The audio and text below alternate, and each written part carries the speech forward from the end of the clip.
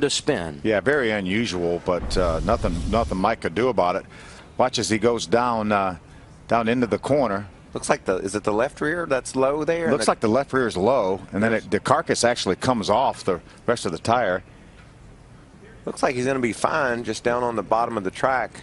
And right there, if he cranks the wheels to the left, I think he misses the wall, but you know. Yeah, if he could have stayed ahead of it and as you mentioned, cranked to the left, he probably would have been all right. But he's probably going at this point 170, 75 miles an hour. Right. And he has no idea what's getting ready to happen. So Mike was just a victim of circumstance there down into turn one.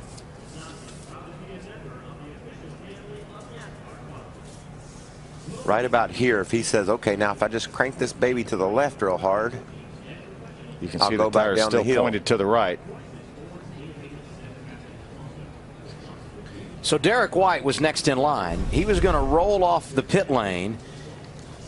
And right here, they're trying to slow him down and didn't get him in time. And he has since pulled back around. And I would assume now they'll give him an opportunity to cool that thing down before he has to go out and make his qualifying. Yeah, I would think so. And again, he should have just stopped right there. They had radio communication with him.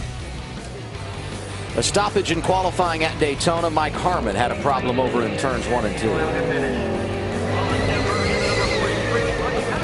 We got a trouble right in front of him. It's the 98 of Rico Abreu. You're pushing so hard to make that top 12, and you're just right on edge qualifying, and you know it's more a mistake on my part than anything. I just hate it. I just hate it for these guys. You know, they bust their butts to build such fast trucks, and I'm sitting here destroying them. Here's a team, this ThorSport group in the 98 of Rico Abreu. They've got their hands full, don't they, Hermie? Yeah, Vince, no question. The first shot was of the truck they crashed. Here's the backup truck. They rolled it off the tailgate, the liftgate of the 98, and as you can see, a lot of work left to be done. You see the drive shaft laying on the ground. They just put a rear end housing, a gear in this truck. They have to put the springs in it, shocks on it.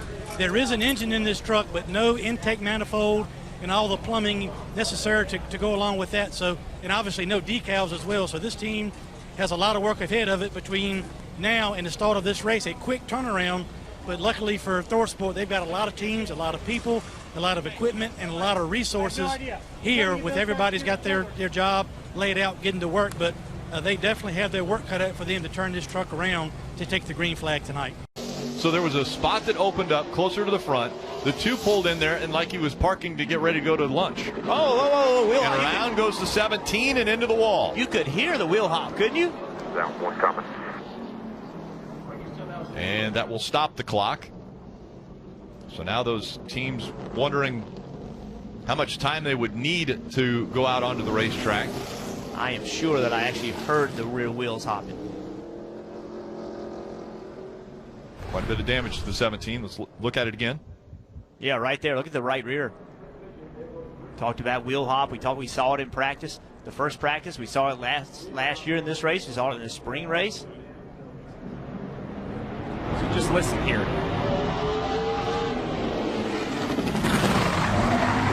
heard the engine revving, and you heard the rear tires hopping on and off the racetrack. So look right here at the right rear tire as it comes into view. He's already going to start to spin out, but watch the rear tire. He almost has it saved, and then right here, the rear tire is going to, look at it right there, bouncing, and around it comes.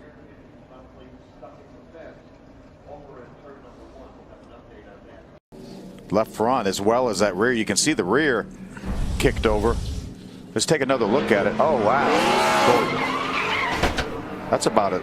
That's about as hard as you can turn around and hit here at Martinsville. Did you hear the engine rev up? I think he was trying to get the rear tires going forward, but it happened so fast. He didn't want to talk about it, but later admitted, hey, I got out of the car, the steering wheel, I took it wasn't placed back properly. And this can happen, Chris. Every driver's had been scared of this before, but during qualifying, you got that car right on the edge, and it went hard into that outside wall. Look at that impact. So he was okay. Steering wheel, all the other drivers reacting carefully the rest of the weekend just to make sure. It's something you take for granted when you get in and out of the car. But I picked him to win this race at our mid-race update because, guys, if this car is fast, he's going to be set for the rest of this race.